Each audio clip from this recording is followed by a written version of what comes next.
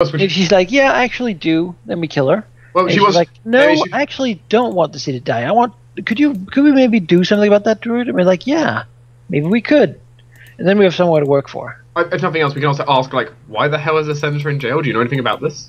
I mean, that's a little question we could ask for. Yeah. But mainly,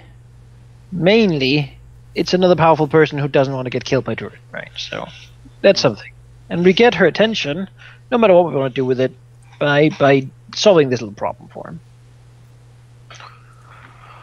Are there any senators that dislike this captain of the guards guy? Probably. Yeah, we could try to seek them out. I don't know how many they have. If there are any like that, we could try to seek them out and talk to them. Maybe. How many senators are there? There are 7 senators. Right. Now one of them is in prison. Yes, the other one is a dick. And the other one is an endless living lady. So that's 4 unaccounted for. I can. Perhaps I'll even show you where the others live. Once you get back from completing this, I can't very well just explain it to you to go down the streets. It'd probably be for the best if I showed you. Yeah. The other 4, however, are not exactly of the sternest material. They're more like sheep. I've seen plenty of sheep in my day. Huh. That can be good by itself. Knowing where someone lives does give you some sort of influence.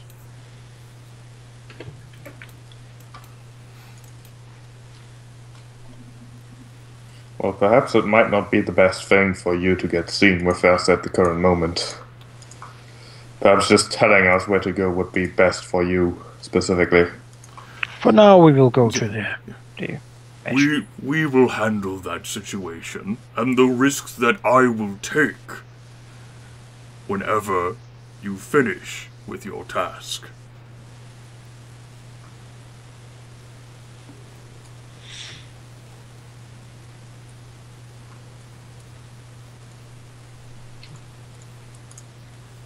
Come to think of it, he'll actually eye Thomas. If you other 3 could step out for a few minutes, I'd like to have a few words here with Thomas. I won't borrow him for too long. Of course. And Fargus will step out. I'll grab a drink or two. Well. Bjorny will close the door and turn to look at Thomas. If he kills him in there, we can't hear him. You only saw one way out, didn't you? Well, what is it then, Bjorny? She was right. There is something in you. Oh? Who was right? Camilla? Bjorny waddles. Not too bright, though. Thomas just looks confused.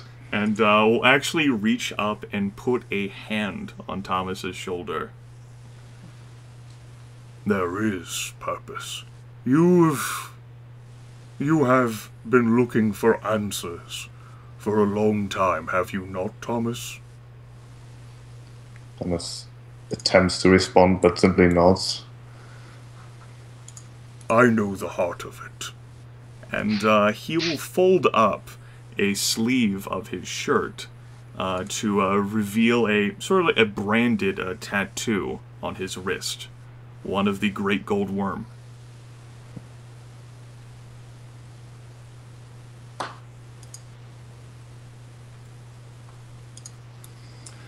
You will find your answers in time, particularly with the help of your friends and your friend.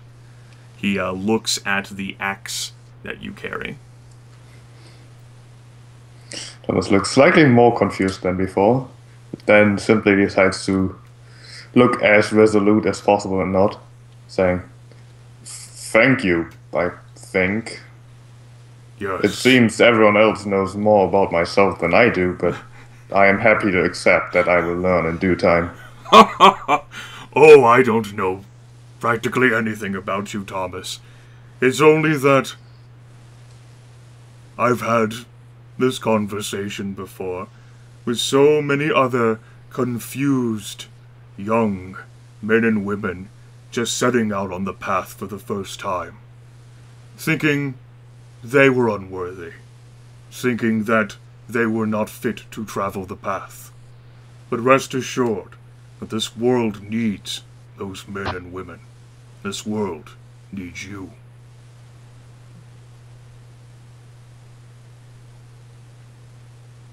Thank you, Bjarni. I will do my best. Bjarni smiles. Oh, I imagine you will. You've got quite a bit to live up to.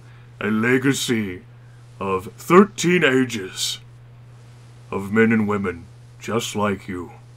He claps Thomas on the shoulder. Better get started then, I suppose. Yes, yes. Go now, I don't want to see your face.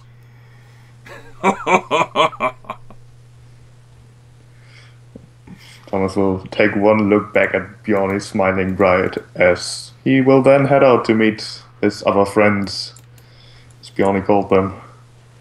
Look inquisitively at him. Let's go save this town, shall we? Let's try anyway.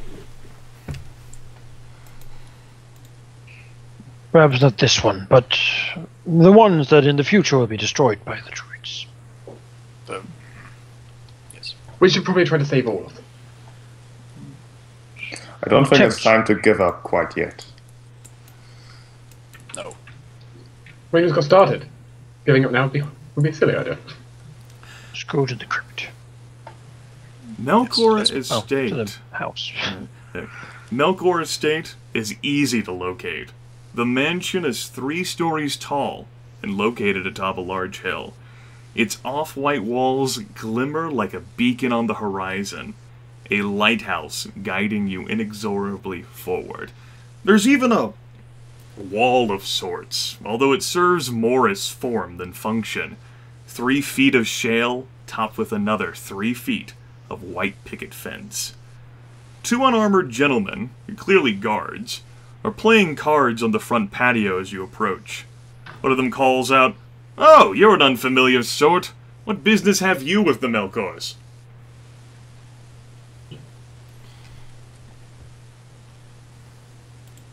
Leon will look back and forth to the others, see if anything wanted to speak. Seemingly We were sent here for a job, There you go. a bit of work. Oh, Seems there was some trouble that needed to be discreetly handled. oh. As you can see, we are the discreet sort. We'll look to you like a little bit like it's not that easy to say. Guard arches an eyebrow, looks at his companion, and then rises from his chair and motions you to step on the patio. Sure. Now, you discreet sort, I would be amiss if I did not ask you to leave your weapons behind here, so that you do not bring undue harm to the good Melchors.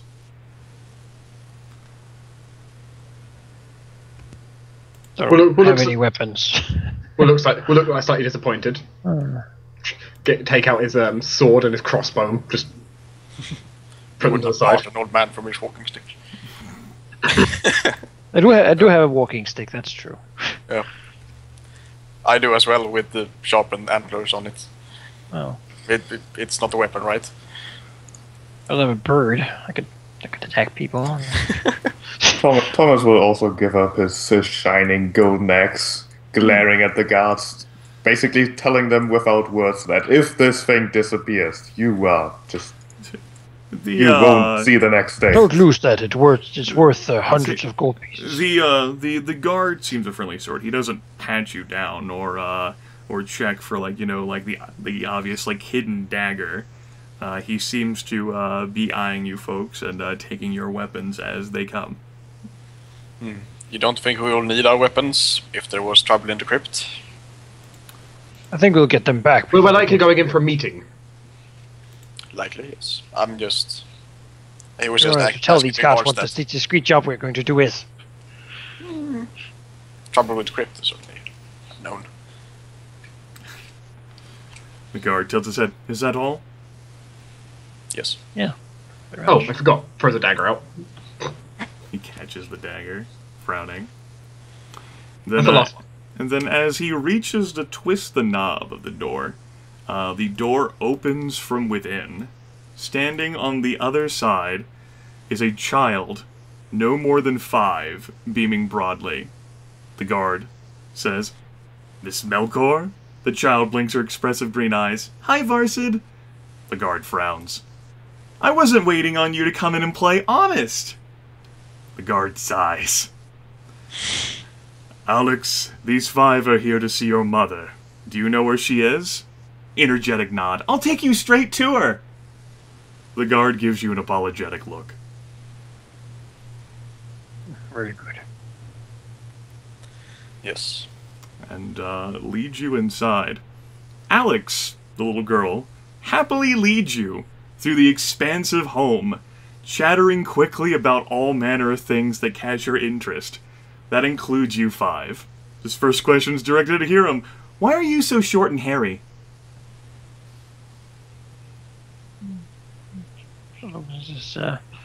I fell once and knocked my knees off. Oh! Wow! Could you not get the doctor to put your knees back on? Yes,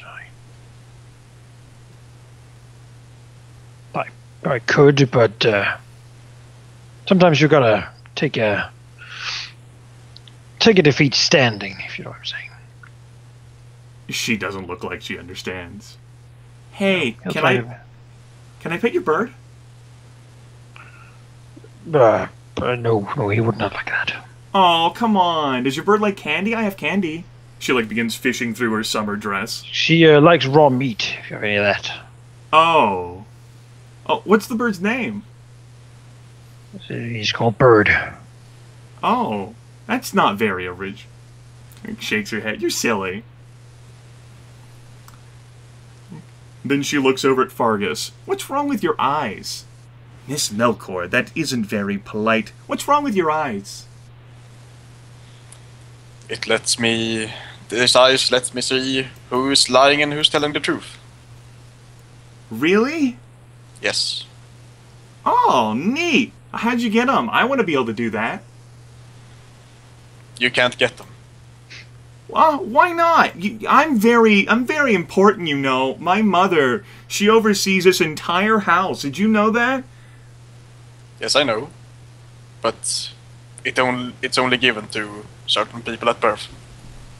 Oh. Oh. So sadly, you can't get them. Oh. Well, my eyes are pretty anyway. They sure are. And you... Alex, looks up at Leon and blinks. "Will you be my daddy?"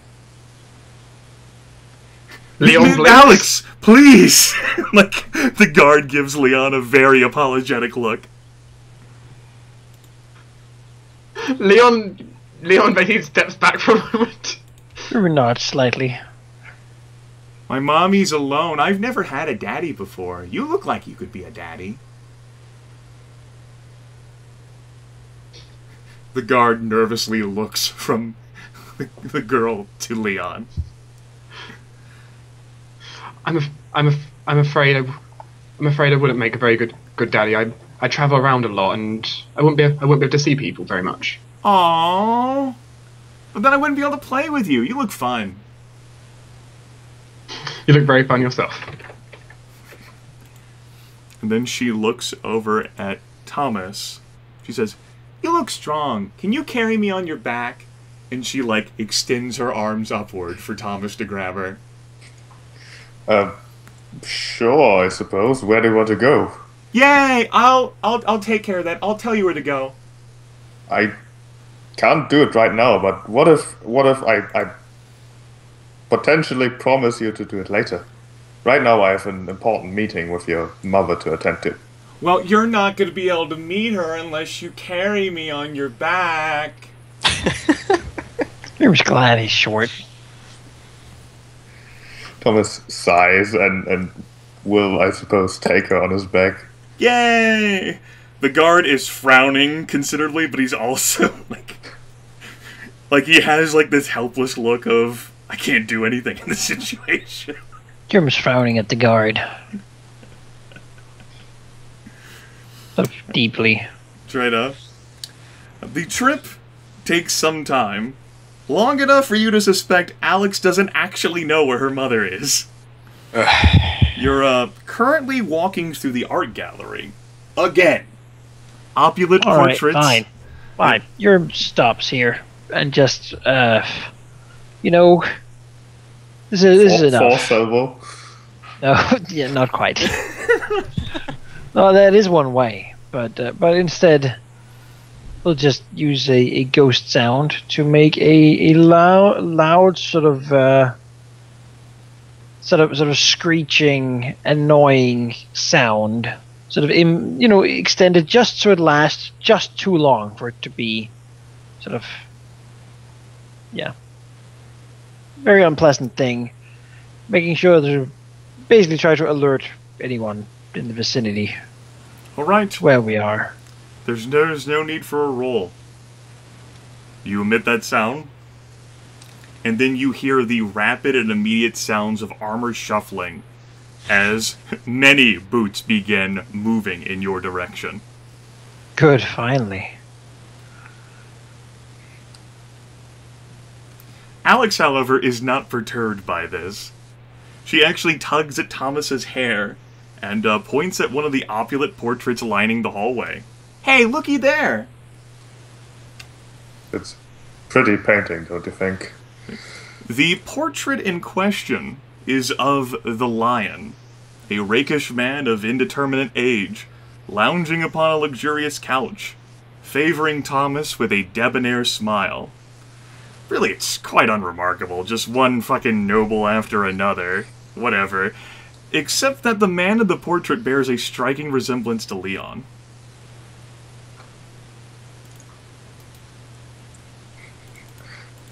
Let's look at the painting, look at Leon. Leon's currently holding his ears up to the screech. Worried there's gonna be another one. Thomas's trained eyes, this is... It's almost as if... Well, it's not exactly Leon. The musculature is a bit different, and there's a scar along the cheek that Leon doesn't have, but it's the same style of sword, at the very least, that the noble currently has in the lap. Almost as if, like, it'd be like maybe like a twin of sorts, or at the very least related. It's more than a passing resemblance. Very notable. Leon, could you come over here for a moment? This is rather peculiar. Walks over. Are you related to that man at all? Leon will look up at the portrait. Leon sees the exact same thing that Thomas saw. Leon will quirk his head slightly. Does the portrait have a, like, caption? Other than it says, the Lion. Fargus will sort of look at the other paintings and see if any of the others are resembling to anyone else in the party. That must be uncanny and creepy. Yep. No, doesn't look like it. Right. And from either end of the art gallery, you begin to see, like, crossbows, like, lined up as a number of, like, of guards have begun moving in. Oh, hello. They don't look amused. Everyone looks to the guard we've got with us. Varsid looks equally unamused. No. Oh, Thomas will just turn to one of the guards approaching and say, "Could you perhaps point us to this dear lady's mother? We have been looking for her." For quite some time, I might add.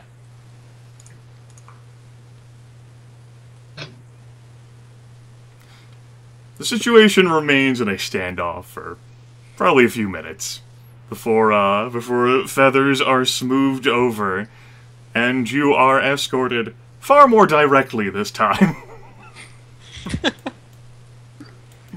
These people wasting our time. And you've even got a vanguard of friends to follow you through the hallways. Hooray. You will see after showing Leon that portrait, Leon is basically writing in his journal as you're walking, trying to, you know, not get lost while writing. Frantically scribbling. But I'm annoyed at this. after less than a minute, though, Mommy! Alex leaps down from Thomas's shoulders and rushes across the latest room you've entered. It's a conservatory, lined with plants and the trappings of nobility. Sitting upon a couch, looking up from a book, is a bespectacled woman in her late 20s. Dark green eyes glance down a patrician nose at Alex, then over to your group, and all of the guards. You see her do a double take at all of the guards. One she attempts to disguise by hugging the child and standing. I see you've brought guests, Alex. She nods at all of the guards. Varsid, why don't you take my daughter to the kitchen? Those cookies should be done. The guard quickly obliges, and the girl puts up no resistance, barely even giving you a wave goodbye as she happily skips out of the room.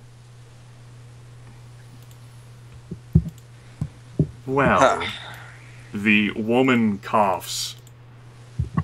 I am Bree Melchor, acting head of Melchor Estate. What business do you have with me?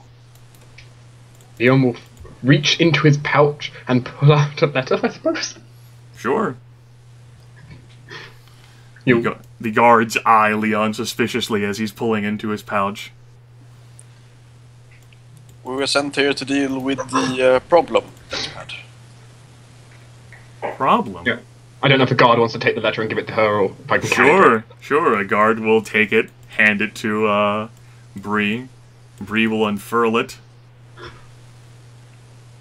Read. Lower the spectacles and read again.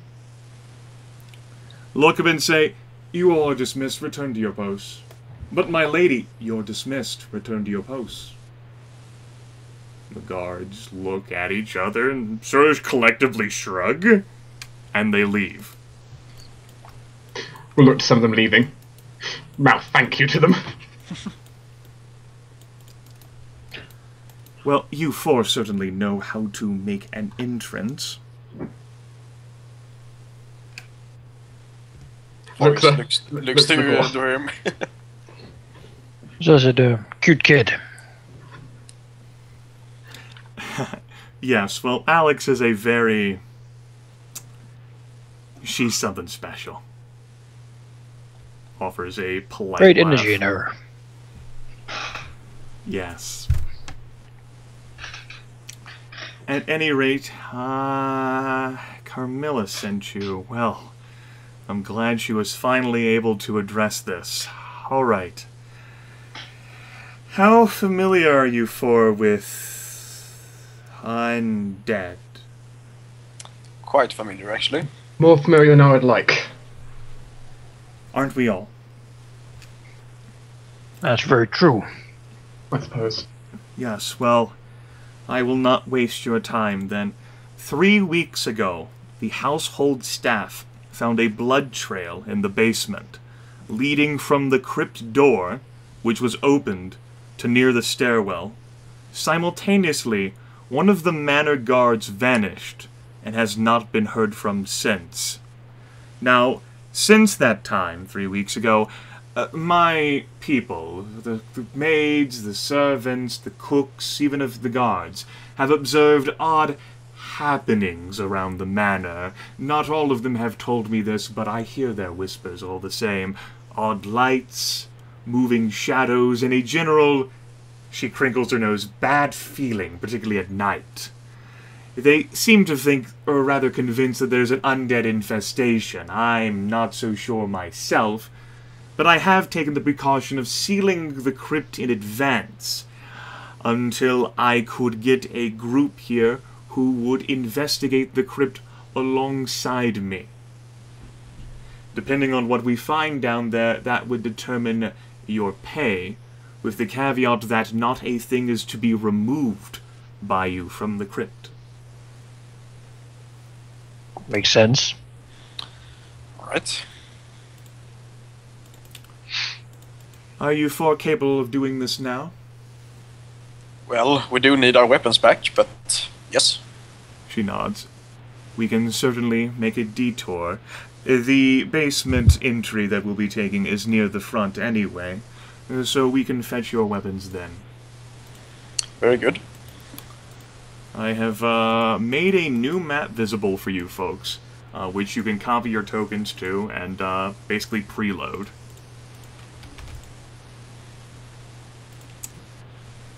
Bree leads you through the house, stopping long enough at the front door to grab your equipment, before leading you down into the basement, where beyond the winding staircase and layers of cobwebs, you see an imposing iron wrought door.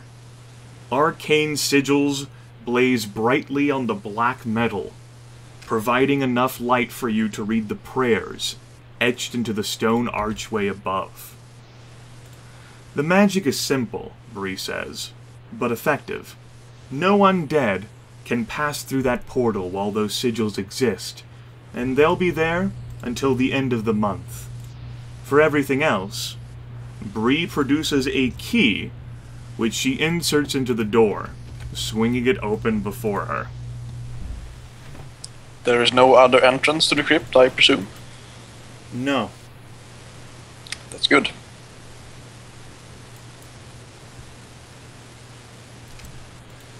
Yes. You stepping through the threshold, you stand in a foyer of sorts, surrounded by granite walls beneath a 10-foot ceiling, a little over 3 meters. Magical braziers fill the room with dancing shadows, and a stone guardian, really a statue, stands against the northern wall, watching you intently.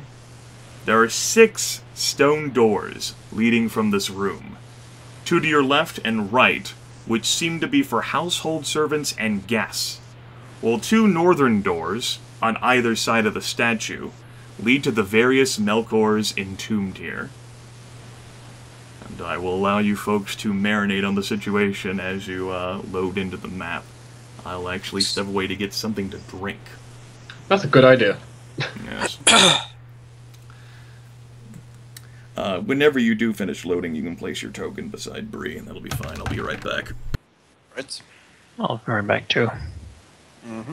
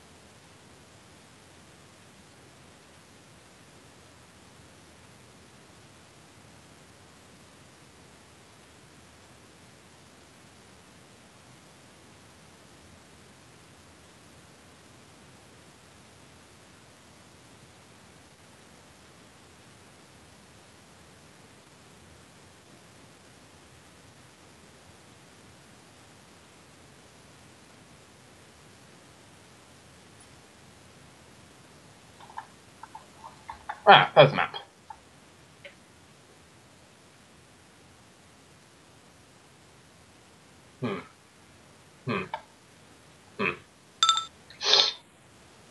Welcome back, sheep.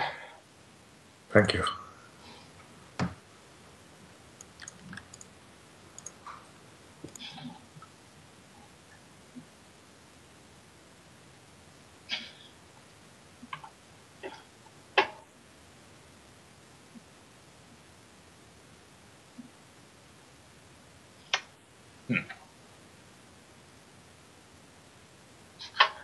I am now considering the lion portrait. Intently.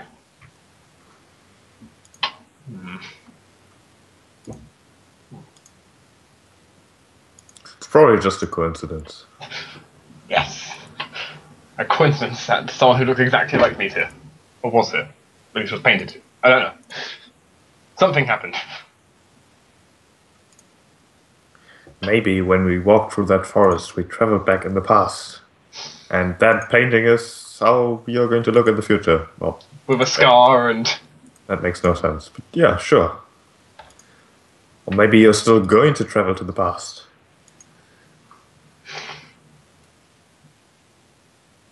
Don't bring time travel into this, this will make it more complicated. It's plausible, but it's going to make things more complicated.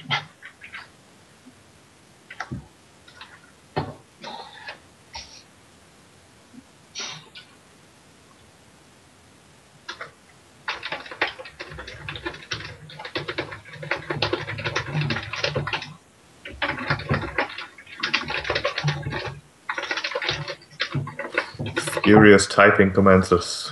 Mm-hmm. Much fury. So angry. Oh, the fury. Suppose I would allow this time for you folks to, seeing as how you'd be traveling to the crypt anyway, if you folks had any other questions for Bree and the passage. I suppose I can ask some. All right. And Leon will comment to Bree while walking. In your art gallery, which is wonderful by the way, there was a portrait in there called the Lion. Bree furrows her brows and says, "Yes, the name does sound familiar." I assume you personally don't know anything about that portrait? Bree thinks, rolls her eyes up and says, "I believe... I don't know this specifically, but I believe he was one of the matron's first lovers.